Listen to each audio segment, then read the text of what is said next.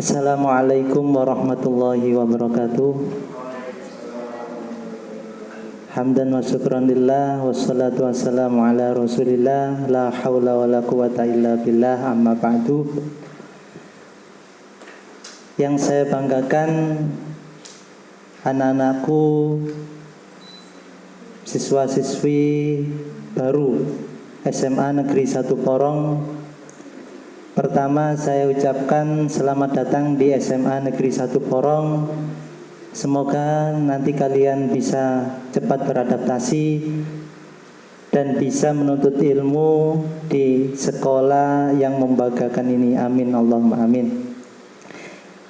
Perkenalkan, nama saya M. Najikun, Shum MPDI. Di sini saya akan menjelaskan tentang materi pendidikan karakter dan tata krama. Pendidikan karakter ini termasuk salah satu materi yang sangat penting di dalam suatu pendidikan, lembaga pendidikan, karena di dalam salah satu tujuan undang-undang bahwa pendidikan itu tujuannya adalah salah satunya membentuk karakter peserta didik. Namun perlu kita ketahui apa itu karakter. Karakter ialah sifat yang melekat di dalam diri setiap manusia. Nah, karakter ini ibarat bahan mentah. Bahan mentah ibaratnya kayu yang masih belum dibentuk jadi apa-apa. Kalau kayu itu sudah menjadi meja, sudah menjadi kursi, berarti itu sudah karakternya sudah dibentuk. Bukan kayu lagi, tapi namanya meja. Bukan kayu lagi, tapi namanya kursi. Lah, inilah yang dimaksud nanti itu. Karakter itu sesuatu yang melekat di dalam diri setiap manusia. Karena karakter ini sifatnya masih mentah, maka perlu kita bentuk untuk menjadi karakter yang baik. Disinilah diperlukan yang namanya pendidikan. Pendidikan karakter. Maka sekolah salah satu tempat atau lembaga yang bertujuan membentuk karakter peserta didik. Yang tadinya itu mentah dibentuk menjadi karakter yang lebih baik, karakter-karakter yang mulia, sehingga di dalam masyarakat dia akan berguna. Itu adalah karakter. Nah, pendidikan itu nanti yang membentuk suatu karakter peserta didik diharapkan mampu menciptakan peserta didik yang berprestasi juga berakhlakul karimah. Ini salah satu tujuan pendidikan. Karakter itu bermacam-macam. Ada karakter yang buruk seperti orang yang pemarah. Ada karakter yang baik, rendah hati, ada juga sombong dan lain sebagainya. Semua sifat-sifat yang melekat di dalam diri manusia itu termasuk karakter. Nah, lembaga pendidikan, terutama yang namanya sekolah, itu membentuk karakter-karakter yang baik, di mana peserta didik jangan sampai menjadi orang yang berkarakter buruk. Karena salah satu faktor paling penting, ya, ini perlu kita ketahui, faktor paling penting di dalam pembentukan karakter itu adalah lingkungan. Lingkungan itu kalau menurut saya salah satu faktor yang paling penting dalam pembentukan karakter. Jika seseorang itu dilahirkan di tempat, misalkan ya, mohon maaf, di tempat yang kurang baik, maka karakternya dididik menjadi kurang baik pula. Tapi jika seseorang itu dilahirkan di tempat yang misalkan di desa yang agamis, di pondok pesantren, mulai sejak kecil di pondok pesantren, disekolahkan, diberi pendidikan yang layak, pasti karakter anak itu baik juga. Ya. Jadi kebiasaan atau lingkungan itu sangat berpengaruh terhadap pembentukan karakter. Kalian siswa-siswi baru SMA Negeri 1 Porong, di sini nanti saya berpesan, jangan sampai kalian bergaul di lingkungan-lingkungan yang salah. Karena pergaulan itulah yang nantinya secara tidak langsung membentuk karakter kalian. Paling tidak, pertama, cara memilih teman. Pilihlah teman yang baik agar kalian menjadi orang yang baik pula. Ya, kalau orang itu suka bergaul dengan pedagang minyak wangi, paling tidak dia ikut wangi. Tapi kalau dia itu bergaul dengan orang-orang yang kebiasaannya buruk, maka secara tidak langsung dia juga akan tertular, karakternya terbentuk menjadi yang buruk. Nah, hasil akhir dari karakter itu bisa dilihat dari sikap atau perilaku. Disinilah ada hubungannya antara pendidikan karakter dan tata krama. Sesuai tema saya tadi, pendidikan karakter dan tata krama. Orang yang berkarakter baik pasti diaplikasikan, diwujudkan dalam bentuk sikap yang baik pula. Contohnya, orang yang karakter baiknya itu dikeluarkan, dibentuk, sehingga dia sering sopan santun, ketemu guru salam, kemudian tidak berbicara keras dengan orang tua, dengan orang yang lebih tua, maka secara nggak langsung dia telah menunjukkan tata krama yang baik. Jadi menurut saya tata krama adalah bentuk aplikasi dari karakter itu sendiri. Oleh karenanya sekali lagi tolong bergaulah di dalam lingkungan-lingkungan yang baik, yang membentuk kalian menjadi orang yang baik pula. Jangan sampai kalian sering berada di lingkungan yang kurang baik sehingga membentuk karakter-karakter yang kurang baik di dalam diri kalian. Karena apa? Akibatnya adalah kepada diri kalian sendiri dan orang tua kalian nanti. Ya. Tata krama itu apa? Itu tadi saya bilang, tata krama adalah bentuk aplikasi dari karakter yang baik. Namun di sini tata krama itu kalau dilihat dari sisi bahasa, tata itu artinya aturan, krama itu artinya baik. Jadi aturan yang baik. Kalau kalian siswa-siswi peserta didik baru SMA Negeri 1 Porong sudah masuk menjadi siswi SMA Negeri 1 Porong, otomatis harus mengikuti aturan-aturan yang sudah dibuat dan disepakati oleh SMA Negeri 1 Porong. Jika kalian menyalahi aturan-aturan itu, maka ada konsekuensinya sendiri, ya.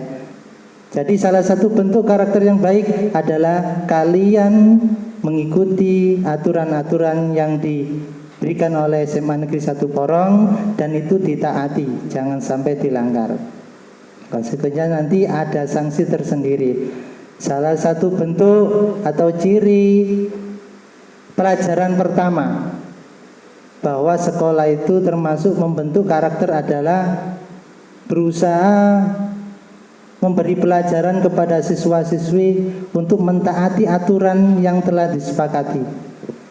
Jadi ini salah satu bentuk pembentukan karakter yang dilakukan di sekolah. Kemudian nanti di kelas, ketika ada Bapak Ibu guru, ya, di jalan, di gerbang, ketika ketemu Bapak Ibu guru, paling tidak uluk salam. Yang muslim, yang non muslim paling tidak selamat pagi, selamat siang, selamat sore Pak. Kalau yang muslim assalamualaikum Pak. Ini adalah salah satu bentuk tata krama yang diwujudkan dari karakter-karakter di dalam diri kalian tadi. Sebenarnya banyak sopan santun, tata krama, etika dalam kehidupan kita ini. Contohnya lagi, ketika kalian sudah masuk di sekolah, di gerbang kalian ketemu guru, peluk salam, cium tangan Bapak Ibu guru. Kemudian di perjalanan masuk ke kelas, ketemu teman, sapa. Kemudian ketika berada di kelas, duduk, berdoa. Ya, berdoa niat menuntut ilmu. Loh, apa hubungannya doa dengan pembentukan karakter? Ini sangat berhubungan sekali. Karena orang itu yang seringkali membiasakan dirinya berdoa, berarti dia itu karakter agamanya bagus. Ya. Karena karakter itu pada dasarnya ada dua. Karakter itu ada dua. Satu karakter spiritual, religius. Yang kedua adalah sosial. Karakter religius itu adalah bagaimana sifat dan sikap kalian, perilaku kalian terhadap Tuhan. Tuhan kalian masing-masing. Nah, ini diaplikasikan dalam bentuk seberapa intens kalian melaksanakan hubungan dengan Tuhan. Contohnya sholat, ya, sedekah dan lain sebagainya. Pokoknya bagaimana hubungan kalian ini terhadap Tuhan itu berjalan baik-baik saja. Berarti karakter spiritual kalian baik. Jika karakter spiritual itu baik, otomatis, ya, kalau di dalam agama Islam itu otomatis karakter sosial insya Allah baik. Ya, orang yang agamanya baik, maka sosialnya pasti baik. Nah, untuk karakter yang sosial ini bisa ditemukan seperti saling sapa, kemudian tidak saling benci, tidak menggunjing, kemudian menjalin silaturahim dan lain sebagainya. Saling membantu jika yang lain ada perlu. Ya, itu adalah macam-macam karakter yang ada di karakter sosial. Nah, dua karakter ini sangat penting. Karena apa? Dua karakter ini kalau saya ibaratkan itu seperti kata-katanya Imam Ghazali. Imam Ghazali itu pernah berkata, hidup itu adalah cinta dan ibadah.